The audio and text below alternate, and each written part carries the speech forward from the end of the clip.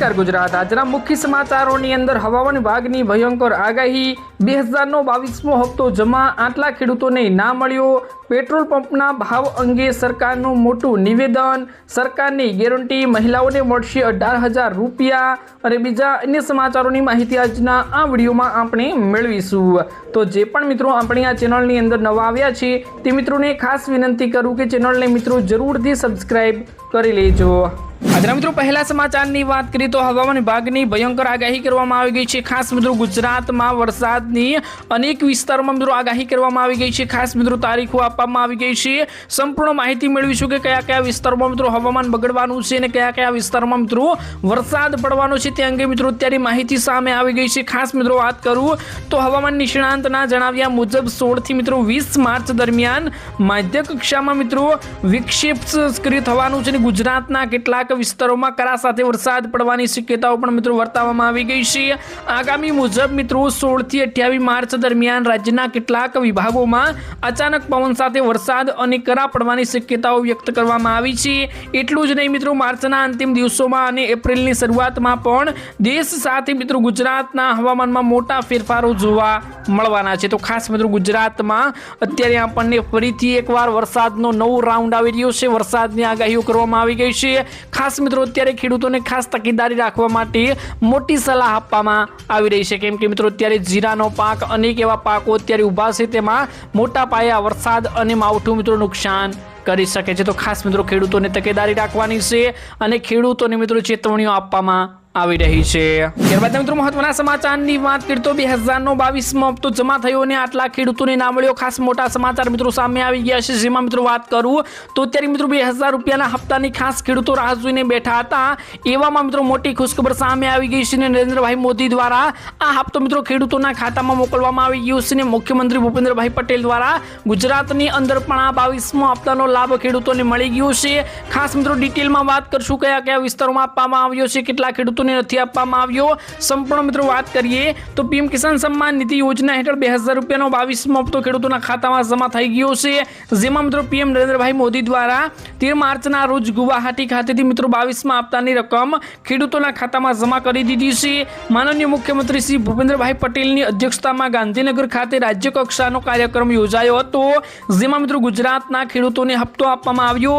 મિત્રો 22મા હપ્તા હેઠળ ગુજરાતના આશરે મિત્રો 49.59 લાખ ખેડૂત પરિવારોને મિત્રો 1028 કરોડથી વધુની સહાય ખેડૂતોના ખાતામાં ટ્રાન્સફર કરવામાં આવી અને મિત્રો અનેક મિત્રો ખેડૂતોને બાકાતનામા કરવામાં આવી ગયા છે, જેમાં મિત્રો અનેક ખેડૂતો એવા હતા જેમનો ઈ-કેવાયસી, જમીનની ચકાસણી અને બેંક એકાઉન્ટમાં પ્રોબ્લેમ હતું, તેમના ખાતામાં આ હપ્તો મળ્યો નથી અને અનેક ખેડૂતો ડબલ રીતે લાભ લઈ રહ્યા હતા, તેવા ખેડૂતોને પણ મિત્રો આમાંથી બાકાત કરવામાં આવી ગયા છે। તો ખાસ મિત્રો અનેક ખેડૂત ભાઈઓ આ 22મા હપ્તાથી વંચિત રહ્યા છે, તેમના માટે મિત્રો એક જ કાર્ય પૂર્ણ કરવાનું રહેશે કે ઈ-કેવાયસી કરાવી લેવાનું છે અને મિત્રો બેંક ખાતાનું મિત્રો તમારે કેવાયસી કરાવી લેવાનું છે। આધાર કાર્ડ અપડેટ ના હોય તો કરાવી લેજો અને આધાર કાર્ડમાં નંબર લિંક કરાવી લેજો। તો ખાસ આટલું કાર્ય તમે પૂર્ણ કરશો તો તમારા ખાતામાં પણ મિત્રો 22મો હપ્તો આ અઠવાડિયાની અંદર જમા થઈ શકે છે, કેમ કે મિત્રો અત્યારે તમારો હપ્તો પેન્ડિંગમાં પડ્યો હશે। જો તમે આ કાર્ય જલ્દીથી પૂર્ણ કરો છો તો તમારા ખાતામાં મિત્રો હપ્તો પડી જશે।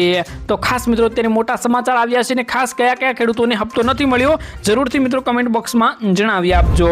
ત્યારબાદ મિત્રો મહત્વના સમાચારની વાત કરીએ તો પેટ્રોલના ભાવ અંગે સરકારનું મોટું નિવેદન સામે આવી ગયું છે અને અત્યારે મિત્રો ખાસ પેટ્રોલ અને ડીઝલના ભાવમાં મોટા કોઈ ફેરફારો જોવા મળ્યા નથી, પરંતુ મિત્રો અત્યારે પેટ્રોલ અને ડીઝલની અછત જોવા મળી રહી છે તેવું મિત્રો અનેક દાવા કરીને જણાવવામાં આવી રહ્યું છે। ખાસ મિત્રો મોટા સમાચાર છે, ડિટેલમાં વાત કરશું કે શું પેટ્રોલ અને ડીઝલ બંધ થવાનું છે, ત્યારે એલપીજી સિલિન્ડર જેવી રીતે બંધ થયો તેવી રીતે શું પેટ્રોલ અને ડીઝલ ઉપર મિત્રો અસર પડવાની છે, સંપૂર્ણ વાત કરશું।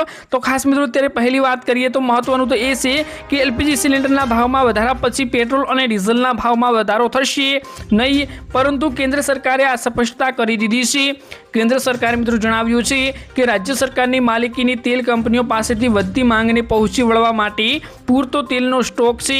સ્થાનિક બજારમાં રસોઈ ગેસની અછતને સુરક્ષિત કરવા માટે દેશમાં મિત્રો તેલની રિફાઇનરીઓ તેમની ક્ષમતા વધારવા માટે અને અવિરત પુરવઠો સુનિશ્ચિત કરવા માટે એલપીજી ગેસ ઉત્પાદનોને વેગ આપવા સૂચના પણ આપવામાં આવી ગઈ છે। તો ખાસ અત્યારે તેલનો ભાવ મિત્રો સ્ટેબલ છે મિત્રો, પરંતુ આ તેલના ભાવમાં અત્યારે કોઈ વધારો કરવામાં આવ્યો નથી, પરંતુ મિત્રો એવા દાવાઓ કરવામાં આવ્યા હતા કે પેટ્રોલ અને ડીઝલની આયાત બંધ કરવામાં આવી છે। તો પેટ્રોલ અને ડીઝલની તમારી ગાડીઓની, તમારા વાહનોની ટાંકીઓ ફૂલ કરાવી લેજો। તો પણ મિત્રો આ બિલકુલ દાવો ખોટો છે।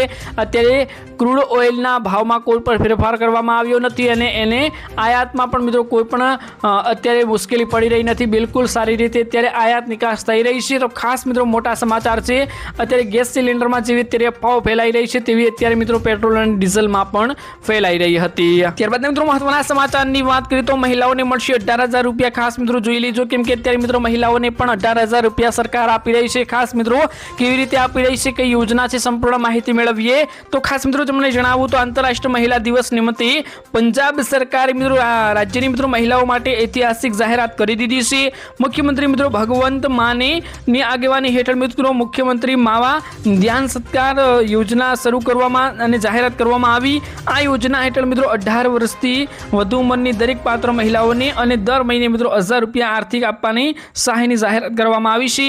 જ્યારે મિત્રો અનુસૂચિત જાતિ SC મહિલાઓને દર મહિને મિત્રો 1,500 રૂપિયા મળશે તેવી મિત્રો આમાં જાહેરાત કરવામાં આવી ગઈ છે અને મળવા પણ મિત્રો પૈસા લાગ્યા છે। તો ખાસ મોટા સમાચાર છે, મહિલાઓને મિત્રો અત્યારે પંજાબ સરકાર મોટી રીતે સહાય આપી રહી છે। ખાસ મિત્રો આ દાવો ખોટો છે કે સાચો તે અત્યારે મુશ્કેલી પડી રહી છે જાણવું। તો ખાસ મિત્રો તમારા મતે શું મિત્રો અત્યારે આ દાવો સાચો છે?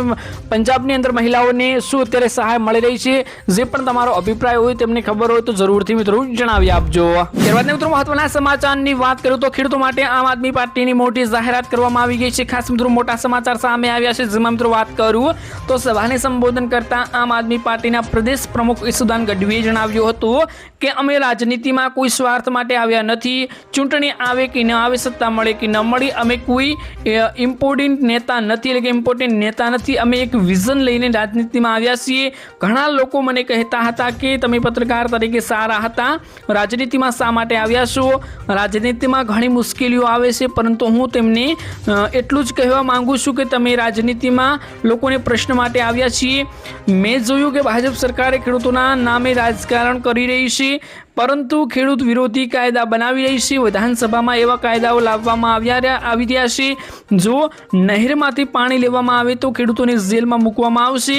ખેડૂતોના ખેતરોમાં કંપનીઓ માટે મિત્રો તારના વાડ નાખવામાં આવે છે, પોલીસ તૈનાત કરવામાં આવે છે અને ખેડૂતો સામે કેસ કરવામાં આવે છે। તો ખાસ અત્યારે ખેડૂતોને અનેક જે મુશ્કેલીઓનો સામનો કરવો પડી રહ્યો છે, તે અત્યારે મિત્રો ઈસુદાન ગઢવીએ સવાલો ઉઠાવ્યા છે કે ખેડૂતો માટે અત્યારે અમે લડશું, ખેડૂતો માટે જ અમે અત્યારે રાજનીતિમાં આવ્યા છીએ। તેમને મિત્રો અનેક લોકોએ સવાલ ઉઠાવ્યા હતા કે તમે જે મિત્રો પહેલાં હતા તે રેડી હતા, અત્યારે રાજનીતિમાં આવવાનું કારણ શું?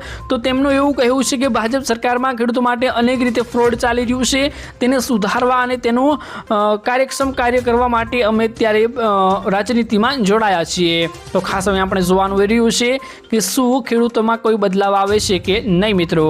તો બસ મિત્રો આજના આ વિડીયોમાં આટલું જ હતું। મળીશું એક નવા વિડીયોની સાથે, ત્યાં સુધી મિત્રો વિડીયોને એક લાઇક કરી ચેનલને મિત્રો જરૂરથી સબસ્ક્રાઈબ કરી લેજો।